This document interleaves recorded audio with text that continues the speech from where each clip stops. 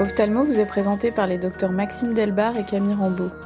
Vous y trouverez des interviews d'experts reconnus sur des questions variées pour tous ceux qui souhaitent en savoir plus sur la spécialité ophtalmologique.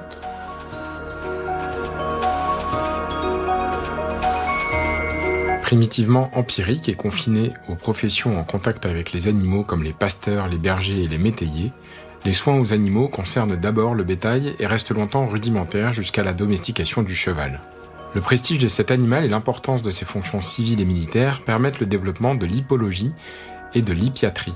La première école vétérinaire au monde fut créée à Lyon en 1761 par un écuyer, Claude Bourgelat. La création de l'école vétérinaire de Lyon allait marquer une étape fondamentale, la prise en considération des animaux de rente et l'établissement d'un métier fondé sur une démarche scientifique appliquée à toutes les espèces. En Europe, la création de cet enseignement vétérinaire constitue l'acte de naissance de la profession. Il essaime rapidement à partir de la France et prouve lentement son utilité dans une Europe dont les conflits incessants consomment quantité de chevaux et favorisent le développement des épizooties. Très tôt séparée de la médecine humaine, la médecine vétérinaire a développé une recherche active et parfois en avance sur celle-ci. Depuis le milieu du XXe siècle, elle bénéficie des avancées réalisées en médecine humaine et permet de proposer aux propriétaires d'animaux de rente et d'animaux de compagnie des techniques comparables à celles qui sont mises au service des patients humains.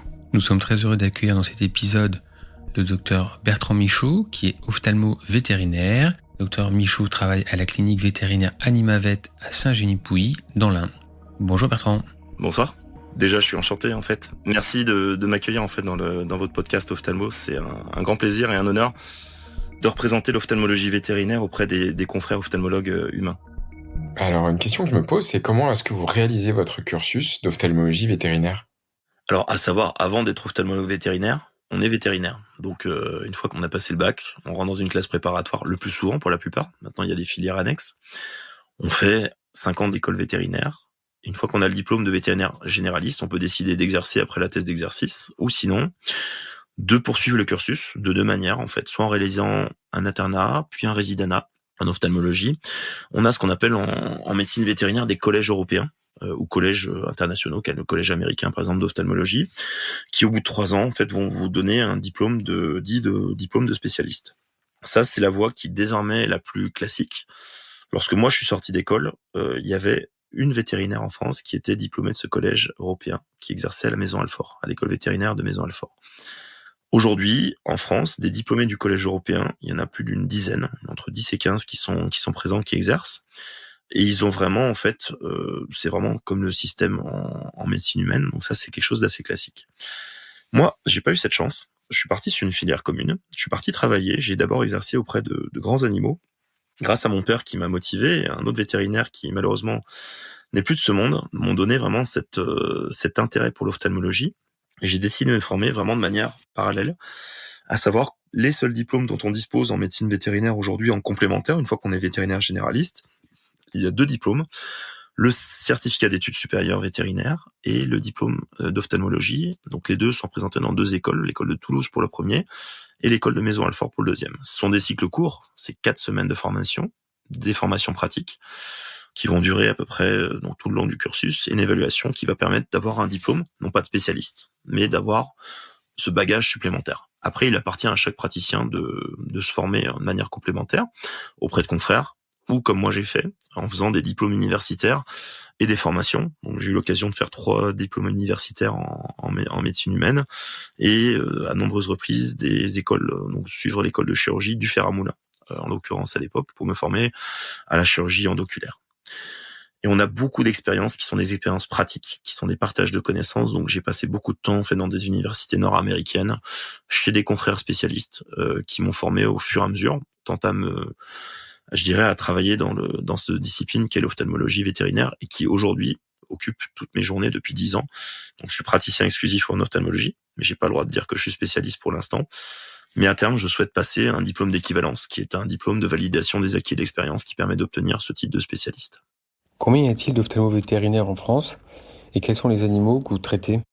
En France, on compte 17 millions de chiens et de chats médicalisés, sans compter en fait d'autres animaux comme les nouveaux animaux de compagnie, donc les animaux de petit format, les lapins, les furets, etc.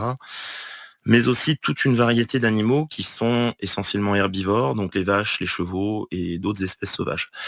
Au niveau français, on a 20 000 vétérinaires généralistes, ou 20 000 vétérinaires qui exercent en France. C'est à peu près 10 fois moins que ce qu'on compte de médecins en France. Et l'ophtalmologie, c'est un domaine ultra spécifique qu'on choisit d'exercer à peu près une centaine d'ophtalmos en France. Et sur cette centaine d'ophtalmos, à peu près la moitié vont réaliser des chirurgies plus poussées, comme les chirurgies de cataracte, des chirurgies poussées sur les greffes de cornée et choses comme ça.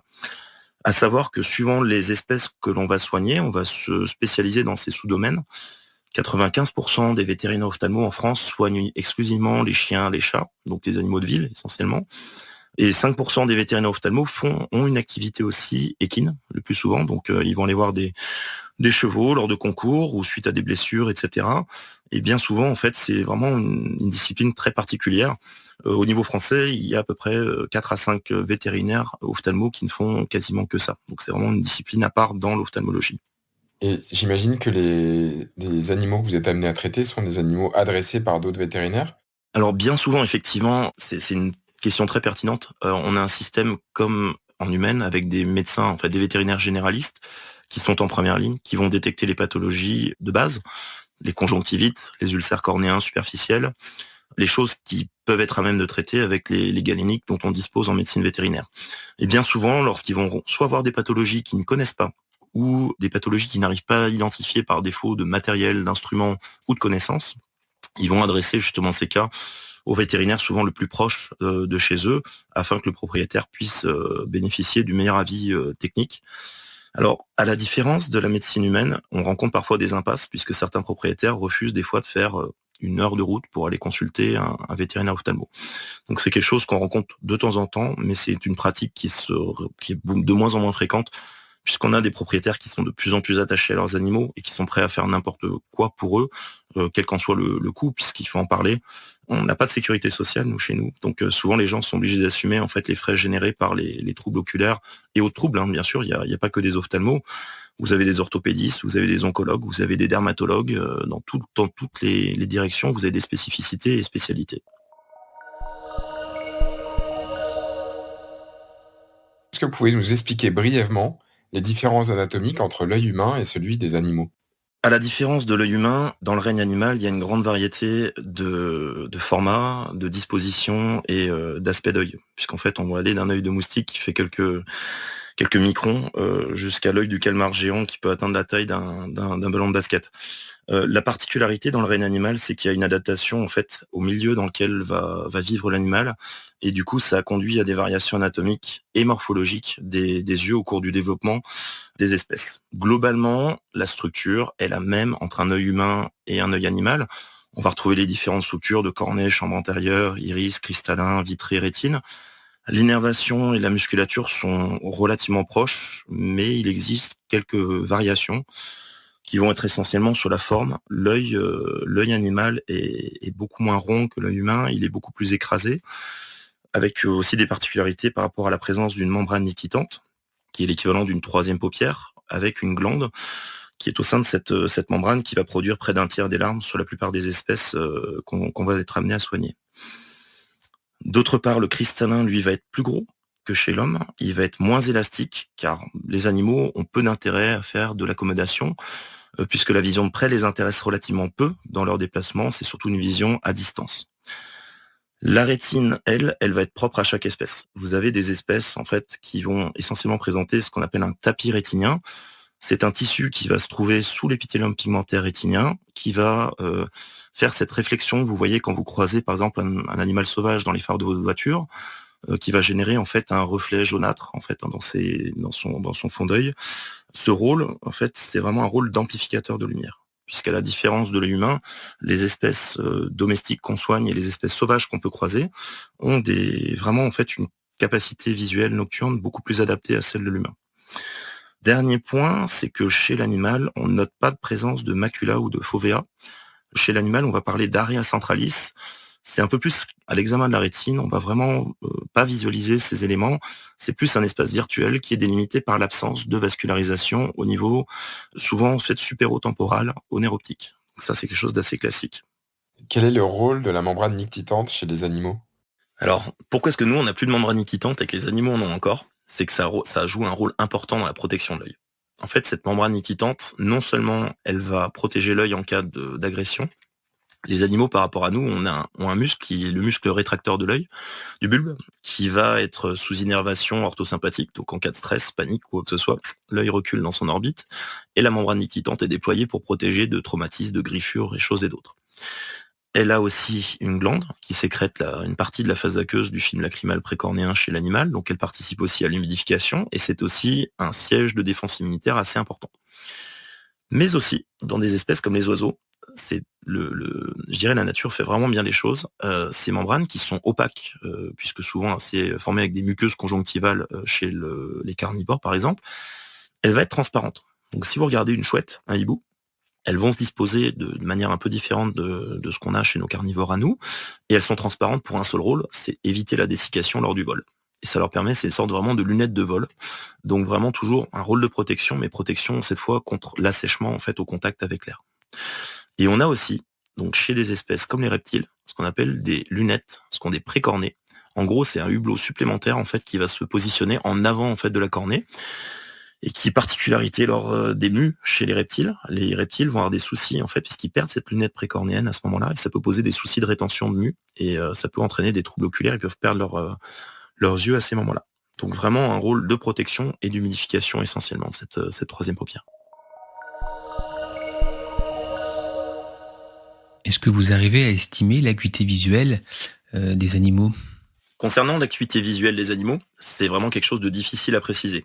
On s'imagine mal en fait de demander à un chien de dire qu'est-ce qu'il voit à 6 mètres quand il va regarder une échelle de mots noyés ou choses comme ça. Néanmoins, certaines études ont permis de définir la fraction de Stedden de nos animaux. Vous aurez une vision de 10 sur 10 quand vous êtes un humain, ça c'est ce qu'on connaît tous.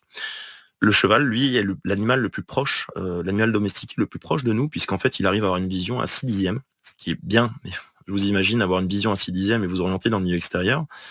On baisse à 3 dixièmes chez le chien et 1 dixième chez le chat, ce qui est quasiment à la limite de cécité légale chez l'homme. Donc vous avez vraiment en fait le sens de la vision est complètement différent en fait chez l'animal. Et à l'inverse, vous avez des espèces qui ont développé des particularités anatomiques au niveau du fond d'œil, comme chez les rapaces, qui vont développer une sorte de double fovea avec un pectène et une fovea classique, qui vont avoir c'est pas de l'accommodation, mais en gros ces deux systèmes vont se compléter. Le premier système va permettre d'avoir une vision à distance.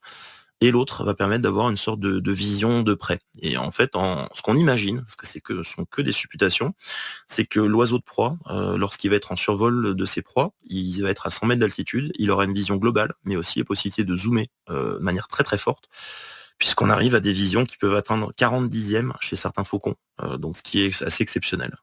Donc c'est un peu comme une vision en vert progressif, on pourrait comparer ça. Donc globalement, on a dit, donc c'est vraiment l'animal a une moins bonne vision des détails, par contre, une très forte sensibilité au mouvement. Ce qui est forcément beaucoup plus utile pour son mode de vie, parce que comme je disais tout à l'heure, l'aptitude à lire, c'est beaucoup moins utile que de distinguer un gibier ou un prédateur à distance.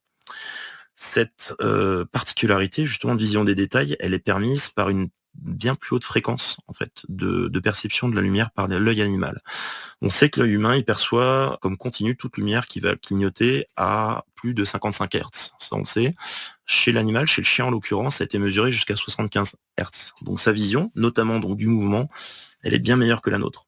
Ça veut aussi dire que le chien, au lieu de voir une image fixe quand il regarde votre télé, qui a un rafraîchissement de 60 Hz, bah lui il va avoir des saccades d'images en fait qui vont s'enchaîner.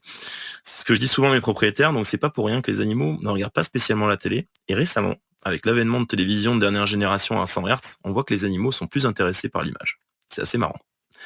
La vision nocturne. Pourquoi est-ce qu'ils ont une meilleure vision nocturne ? Globalement, on en a déjà parlé tout à l'heure.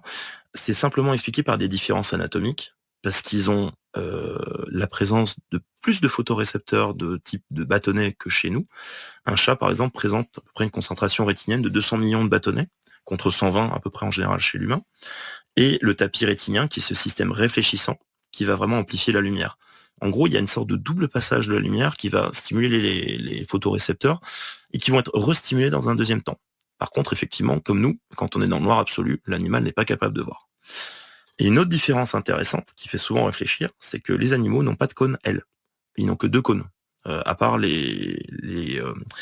À part les singes et tous les primates comme l'homme, donc dans le règne animal, il y a vraiment toutes les autres espèces n'ont que 2 formes de cônes. Et donc la vision des couleurs, elle va être complètement différente puisqu'ils ne vont pas percevoir le rouge à cause de ce déficit, on peut dire. Et la vision des couleurs sera vraiment beaucoup plus pastel que chez nous. Donc un animal verra vraiment son environnement sur des tons bleus, jaunes, beaucoup plus clairs. Et c'est souvent, d'ailleurs, c'est ce que je dis, parce que les propriétaires me disent, mais à ce moment-là, pourquoi est-ce que le taureau va foncer sur la cape du torero? Et c'est là que je casse le mythe, et que je dis que c'est juste pour marquer les traces de sang qu'il pourrait y avoir sur la cape du torero. Il voit pas du tout, en fait, le rouge, donc ça ne l'attire pas particulièrement, donc voilà. Bertrand, est-ce que les animaux présentent des troubles réfractifs? Alors c'est une très bonne question. J'ai affiché dans ma salle de consultation une sorte d'échelle de Monnoyer avec des os, des chats, des formes différentes de différentes tailles. Et régulièrement, les propriétaires m'interrogent en me disant, mais comment est-ce que vous faites pour interpréter? Comment est-ce qu'ils peuvent vous dire ça, effectivement? Et en vétérinaire, bien sûr, tout l'examen, nous, c'est pas un examen participatif. On peut pas demander, nous, à notre patient, qu'est-ce que vous voyez, évaluer les champs visuels, ces choses-là. Donc malheureusement, l'évaluation de ces troubles réfractifs va être assez limitée. Différentes études vont estimer qu'à peu près 60 à 70% des patients, des carnivores domestiques sont hémétropes, et les 30% restants vont se répartir dans des amétropies qui vont être faibles de moins de 1,5 dioptrie, avec une surreprésentation des patients myopes. Donc on est plutôt dans le négatif. La myopie, elle, par contre, on a une myopie progressive qui est liée à l'âge, liée à la sclérose du cristallin. On l'estime jusqu'à 3 dioptries pour les animaux les plus âgés. Mais c'est vraiment quelque chose qui est assez récent dans la description.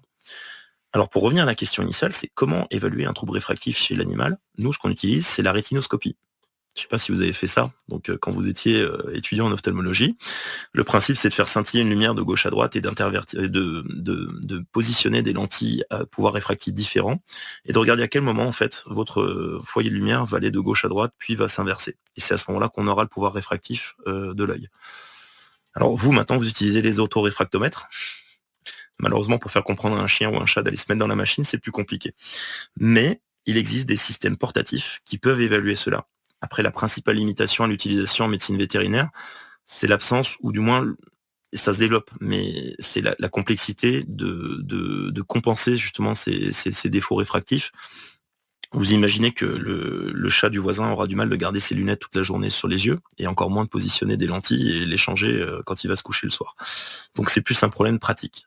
Néanmoins, on a une solution qui a été exposée la semaine dernière au congrès des ophtalmologues américains, donc la CVO, où j'étais à Boston, une étude qui portait justement sur l'utilisation de lentilles, de dispositifs d'implants intraoculaires qui, après chirurgie cataracte, permettaient de compenser ça.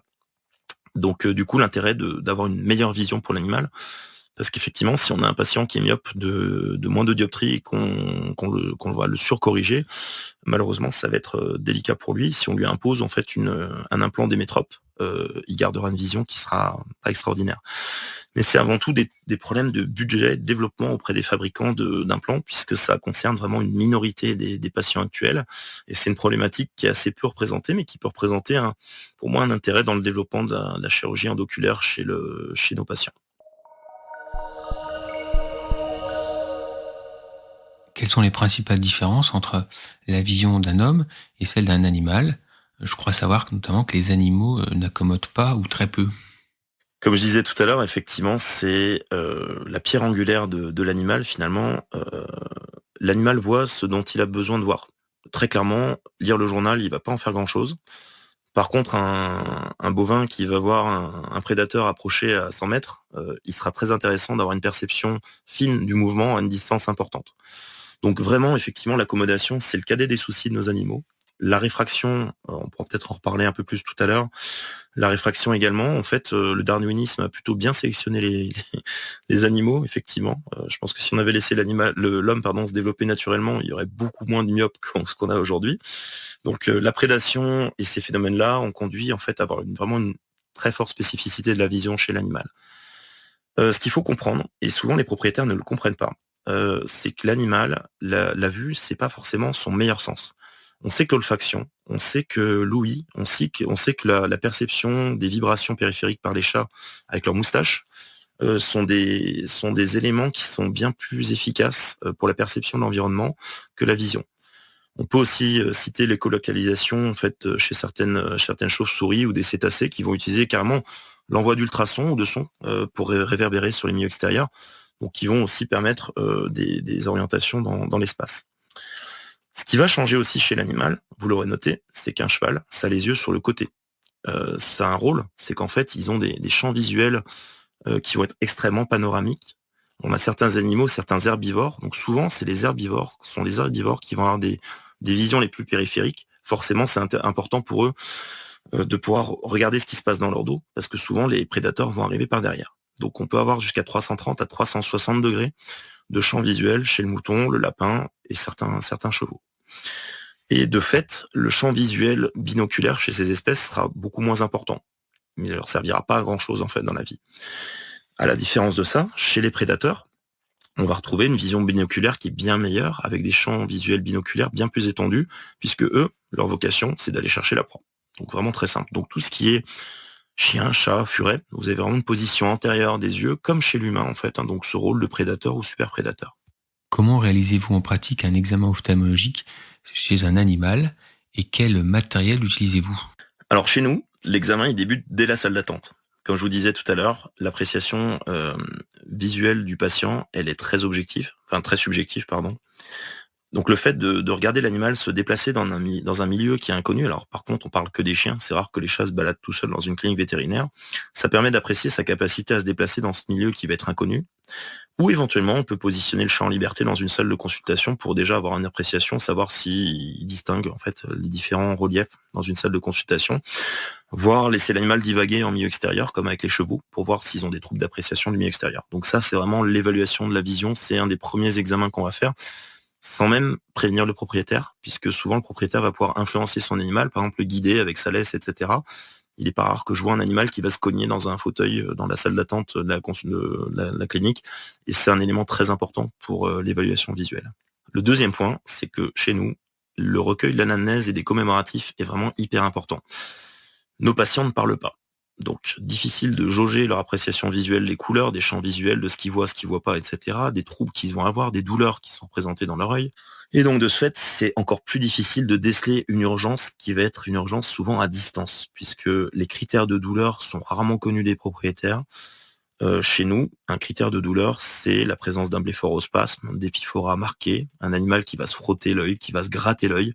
Ce sont vraiment des signes qui sont assez présents et c'est important pour les personnels soignants de savoir les déceler pour juger de la gravité ou non d'une consultation en ophtalmologie. On parlait du matériel. Alors les moyens d'examen, ça se rapproche, c'est très près de ce que vous faites en ophtalmologie pédiatrique, puisqu'en fait les patients sont pas capables de positionner leur tête dans une mentonnière. On a des limites aussi physiques. On va pas pouvoir déplacer une lampe à fente sur statif pour aller voir un cheval. Donc on est obligé d'utiliser vraiment des matériels qui sont mobiles, mais qui sont pas forcément de piètre qualité. Donc ça, c'est vraiment quelque chose d'important. L'examen aussi, il va être plus ou moins facile, puisqu'en fait, en face de nous, on a des patients qui sont plus ou moins faciles, avec une compliance qui est variable. On peut avoir des phénomènes d'agressivité, de nervosité, voire de dangerosité d'animal. Il m'est arrivé de soigner certaines espèces sauvages qui peuvent ou qui doivent être tranquillisées ou sédatées. Mais il n'est pas rare de devoir sédater ou tranquilliser des animaux qui présentent des douleurs oculaires afin de pouvoir les examiner de plus près. Comme par exemple, donc c'est ce que je dis souvent, il n'y a pas que les tigres dans les zoos qu'on va tranquilliser pour faire un examen complet. Certains chats peuvent se montrer agressifs. Et certains propriétaires aussi peuvent des fois être peu patients. La taille des patients aussi va changer chez nous, puisqu'en fait, on va soigner des petits animaux, des très petits animaux, donc des rongeurs, jusqu'à d'énormes animaux comme des chevaux ou des éléphants, comme certains confrères ont pu faire des chirurgies de cataracte sur les éléphants. Donc, c'est plus sur les moyens de contention que ça va être délicat, puisqu'en fait, il va falloir prendre une sécurité et puis surtout une accessibilité à l'animal. La gestion de la douleur aussi, qui doit être aussi une chose importante. Donc souvent, notre principale démarche lorsqu'on va examiner un œil, c'est éventuellement d'anesthésier localement l'œil pour en faciliter l'examen. Et puis dernier point, c'est pas toujours possible de déplacer tous les appareils. Je dispose d'un OCT à la clinique. Malheureusement, je peux pas aller faire une OCT de cornée ou de rétine de cheval, parce que d'une part, il rentre pas dans la clinique, il est un peu trop grand, et je imaginerais mal emmener l'appareil en fait avec moi en visite. Donc les choses qu'on ne peut pas faire, nous, ce sont tous ces examens participatifs ou qui vont nécessiter une fixation du patient comme les champs visuels, le RG multifocal. On n'a pas d'orthoptiste chez nous, Mais comme je vous disais tout à l'heure, la rétinoscopie est possible pour apprécier d'éventuels troubles réfractifs. Donc l'essentiel des appareils d'examen, ça va être essentiellement, donc chez quasiment tous les vétérinaires ophtalmos, vont disposer de lampes à fente portatives, d'appareils de tonométrie digitale, le plus souvent à rebond. Donc c'est pas des jets d'air qu'on utilise chez nous, c'est vraiment de la tonométrie à rebond. Et des appareils de rétinographie qui peuvent être mydriatiques ou non mydriatiques. J'ai la chance de disposer d'un appareil mobile qui est de grande qualité. Après, on n'a pas des pleins champs au niveau d'exploration rétinienne. On a encore des champs qui sont restreints à 80 degrés, ce qui permet quand même de faire de très jolis examens. Et puis bien sûr, on fait tous les examens classiques, évaluation. Donc nous, la vision, elle va être évaluée par la réponse du clignement à la menace, déplacé visuel, la vision d'un déplacement d'une boule de coton, l'animal qui va suivre la position d'une boule de coton, et aussi évaluation des réflexes pupillaires photomoteurs. On va utiliser des colorants, on va utiliser le test de Schirmer classique, donc Schirmer 1, Schirmer 2. Donc tous ces examens qui en fait s'inspirent de la médecine humaine. L'OCT que vous utilisez, il est développé pour les animaux ou c'est un OCT qu'on utilise en médecine humaine ? C'est un OCT pour les zones en développement humain. C'est vraiment pour les pays en voie de développement. On n'a pas le budget pour acheter une Heidelberg de dernière génération. Donc moi, effectivement, j'utilise un Primus de chez Zeiss, qui est un excellent OCT, qui fait le travail, effectivement. Donc pour notre pratique, c'est vraiment intéressant. Mais on pourra y revenir, effectivement. Ça, c'est tout à fait faisable. Donc comme on disait tout à l'heure, on évalue aussi la vision avec différents moyens. Et dans certains cas, ça tous les vétérinaires ne le font pas. On peut réaliser donc des gonioscopies pour l'évaluation de l'angle iridocornéen, la pachymétrie, donc vraiment qui se démocratise de plus en plus, et la rétinoscopie, comme je disais avant, pour l'évaluation des troubles réfractifs. On utilise énormément d'examens d'imagerie qui vont nous donner des indications sur dès qu'on a des troubles de la transparence des milieux intraoculaires. Donc dès qu'un IFEMA, des troubles cornéens de surface vont se manifester, on recourt très rapidement à l'échographie à haute fréquence. Donc haute fréquence ou très haute fréquence avec l'UBM. On peut utiliser aussi l'angiographie de manière un peu plus confidentielle. La mébométrie, qui commence à émerger dans notre pratique pour l'évaluation des troubles lacrymaux. Donc je me suis équipé très récemment d'un dispositif de caméra infrarouge. Et tous les examens d'imagerie comme l'IRM, le scanner, qui sont en général présents à proximité des patients ou pas très loin. Petite aparté sur l'OCT, donc sur la tomographie en cohérence optique, ce sont des appareils, je pense qu'on est à peu près une dizaine à en disposer en France, qui sont extrêmement précieux pour l'évaluation de la rétine et aussi dans le diagnostic précoce des affections rétiniennes. C'est vraiment quelque chose qui se démocratise depuis 10 ans et je suis vraiment en faveur de la réalisation d'examens précoces. Alors on n'est pas encore sur la rétinopathie diabétique, mais on a tendance à l'utiliser essentiellement sur les diagnostics précoces d'atrophie précoce de la rétine, ou on le sait, sur des maladies dégénératives de la rétine, comme le syndrome de la rétine silencieuse, qui est une maladie très spécifique à l'animal, qui consiste à une extinction, on va dire, quasi instantanée, du jour au lendemain, en fait, de tous les photorécepteurs. On a des races qui sont prédisposées, on sait que des chiens de certains formats, entre 6 et 10 ans, plutôt les femelles sont plus atteintes. On pense actuellement que ce sont des pathologies à prédisposition désimmunitaire et l'OCT est vraiment très intéressante dans son diagnostic. Malheureusement, on n'a pas encore de positionnement au niveau thérapeutique et on ne sait toujours pas l'étiologie exacte de la pathologie. Est-ce que les animaux souffrent de pathologies dégénératives rétiniennes ? Au niveau des pathologies, en fait, qu'on va rencontrer chez nos espèces, elles sont extrêmement variables, avec des points communs avec l'œil humain. À cela de différence, c'est qu'on a peu de troubles inflammatoires rétiniens. On aura plutôt des troubles en fait qui sont plutôt dégénératifs au niveau de la rétine, avec des décollements rétiniens qui ont une forte tendance à être plutôt rarement régmatogènes par rapport à chez l'homme. Donc les déchirures rétiniennes, c'est quelque chose qu'on ne connaît pas tellement. On va voir aussi par contre des pathologies rétiniennes liées à des phénomènes généraux comme l'hypertension artérielle systémique qui peut engendrer des décollements rétiniens, surtout chez le chat. Mais effectivement, sur les rétinopathies dégénératives, on aura essentiellement fait des phénomènes de dégénérescence, malheureusement avec des diagnostics qui sont souvent tardifs et des options thérapeutiques qui sont très limitées. Donc c'est une vraie problématique et c'est effectivement des enjeux dans les soins des animaux.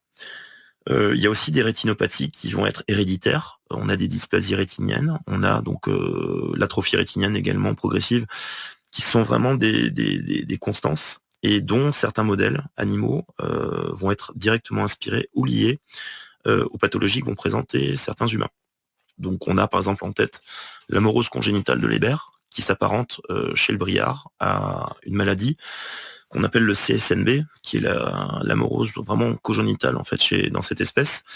Et il y a eu un développement, je pense que vous avez sans doute entendu parler des vecteurs viraux, qui a été permis donc par l'intermédiaire du traitement des animaux dans un premier temps, qui a permis de traiter cette affection chez l'homme. Donc quelque chose d'extrêmement intéressant dans ce contexte de santé humaine et vétérinaire qui peuvent se rejoindre et unir leurs efforts pour achever des projets vraiment intéressants. Merci beaucoup Bertrand. Et alors, est-ce que vous pouvez nous parler des autres pathologies, à part les pathologies rétiniennes, et quelles sont les pathologies les plus fréquentes que vous rencontrez ? Alors Camille, les pathologies rétiniennes sont loin d'être les plus fréquentes dans notre pratique au quotidien. L'essentiel des pathologies constatées et examinées par les vétérinaires ophtalmologues sont des affections d'origine traumatique. Plusieurs raisons à ça. Les animaux, nos compagnons domestiques, vont être à un niveau assez près du sol, donc exposés à des traumatismes par des végétaux, débris, des choses comme ça, voire des agressions entre les espèces. Ça, c'est quelque chose qui est tout à fait possible. On voit régulièrement des chats qui vont se griffer en fait avec des lacérations cornéennes. On peut aussi retrouver des brûlures chimiques, éventuellement au niveau des yeux, ainsi que des malpositions ciliaires qui peuvent générer des irritations cornéennes, ainsi que des troubles de paupières. Donc, comme chez l'homme, on va retrouver des entropions, des phénomènes de distichiasis, de sylectopique, voire de chalazion, qui vont entraîner des irritations cornéennes. Fréquemment, on aura donc des pathologies aussi infectieuses, des conjonctivites, des bléphaриtes, voire des ulcères surinfectés. La raison principale à cela, on a des surinfections bactériennes fréquentes car les animaux n'ont pas appris à se laver les mains et ont tendance à se gratter, à se frotter l'œil de manière assez compulsive. Et bien souvent, un traumatisme initial peut se compliquer d'une surinfection. Et chez nous, en vétérinaire, c'est notre principal ennemi, puisque ça va conditionner des ulcères à collagénase qui vont avoir des tendances à évoluer vers des perforations cornéennes en très peu de temps. On aura aussi des affections virales, fongiques, plus rarement, et parasitaires dans certains cas, comme la leishmaniose, qui est un parasite qui est transmis par un insecte piqueur.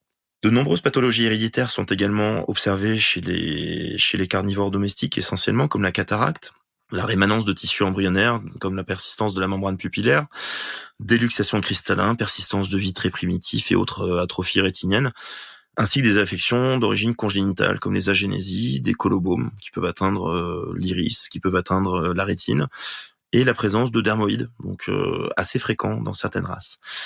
Globalement, il y a à peu près une soixantaine de vétérinaires experts en France qui ont été formés et qui ont validé un examen, qui sont accrédités, autorisés à réaliser des dépistages de maladies héréditaires dans certaines races, pas dans toutes les races. Le but du jeu étant de diminuer la prévalence de ces pathologies dans les races et éviter en fait leur reproduction, limiter la reproduction de ces troubles et éviter à des propriétaires qui vont adopter des animaux d'avoir des mauvaises surprises avec des animaux qui peuvent avoir un risque de cécité ou d'avoir des pathologies lourdes qui vont nécessiter des soins à vie. Chez l'animal, on a aussi beaucoup de troubles dysimmunitaires qui vont être surtout centrés sur la cornée. On retrouve particulièrement la kératoconjonctivite sèche ainsi que les kératites superficielles chroniques, spécifiques relativement aux chiens. Chez le chat, des troubles du jeune âge, comme les atteintes par des virus comme l'herpès félin, vont pouvoir se manifester à l'âge adulte par la formation de complexes hymen qui vont entraîner la formation de kératites chroniques. Et chez le cheval, on aura des points de départ avec des pathologies comme la leptospirose, maladie qui est transmise par des urines de rongeurs essentiellement, qui peut conduire à des uvéites récidivantes et chroniques, qui sont extrêmement difficiles à gérer et qui peuvent engendrer des pertes de vision définitives et extrêmement gênants pour un animal qui va peser près de 600 kg et dont la vision peut être abolie. C'est très délicat à gérer.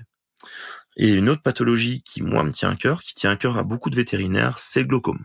Comme chez l'humain, on a des glaucomes. La plupart de ces glaucomes, ils vont être secondaires chez nous, puisqu'en fait, ils vont faire suite à des phénomènes inflammatoires qui vont entraîner, on va dire, une obturation de l'angle irido-cornéen par des dépôts de fibrine, de processus inflammatoires, qui vont mener en fait à une augmentation de la pression intraoculaire. Le vrai souci qu'on a, nous, en vétérinaire, c'est le seuil de détection de ces pathologies. Souvent, comme on a dit tout à l'heure avec Camille, les pathologies oculaires sont examinées par des vétérinaires généralistes qui n'ont pas toujours les moyens d'exploration, de mesure de la pression intraoculaire dont nous, on va disposer. Et donc, la détection précoce est souvent problématique. Il n'est pas rare de se voir adresser des cas de glaucome qui évoluent depuis 15 jours, 3 semaines, avec des formes très hypertensives, avec des pressions entre 60 et 80 mm de mercure dans les yeux. Donc avec des situations, on va dire au niveau de la vision, qui sont très péremptoires et dont les solutions sont extrêmement faibles. Il existe, dans moins de 30% des cas, des glaucomes qui sont dits primaires chez nous, donc des glaucomes qui sont liés à des malformations, souvent de l'angle irido-cornéen, des dysplasies du ligament pectiné, essentiellement, avec des races prédisposées, qui vont présenter vraiment ce problème de manière prépondérante, donc vraiment de manière plus importante. En plus du glaucome, on a des néoplasies, des tumeurs qui vont pouvoir atteindre les paupières, qui vont pouvoir atteindre l'iris, dont la gravité, c'est assez étonnant, va être fonction de l'espèce. Une tumeur, on va dire, des annexes, donc des paupières par exemple chez un chat, est de pronostic vraiment beaucoup plus mauvais que celle qui peut survenir chez le chien. On aura des influences de rayonnement ultraviolet, comme sur les mélanomes, ou éventuellement des carcinomes épidermoïdes qui peuvent survenir chez le chat et qui sont très agressifs et avec une évolution malheureusement souvent qui est très rapide. Enfin, dernier point, on a des maladies générales qui ont des répercussions oculaires. On a parlé tout à l'heure, quand on parlait de la rétine, de la rétinopathie hypertensive, donc chez le chat. Donc ces chats qui vont être hypertendus vont avoir des décollements rétiniens, le plus souvent non rhumatogènes et souvent résolutoires avec des traitements antihypertenseurs. C'est assez intéressant et on a les résultats de traitement qui sont plutôt bons. De la même manière, un diabète chez le chien va pouvoir entraîner des cataractes diabétiques de manière plus présente que la rétinopathie diabétique constatée classiquement chez l'homme. On a peu l'habitude de voir ces rétinopathies diabétiques chez le chien, peut-être parce que les animaux ne vivent pas assez souvent, pas assez longtemps pour qu'ils expriment ces troubles-là. Et la cataracte, elle est présente en général dans près de 80% des cas de diabète, qui soient équilibrés ou non chez l'animal. On aura ces formes de diabète assez caractéristiques, avec des cataractes très évolutives, très rapides, avec une forte inflammation.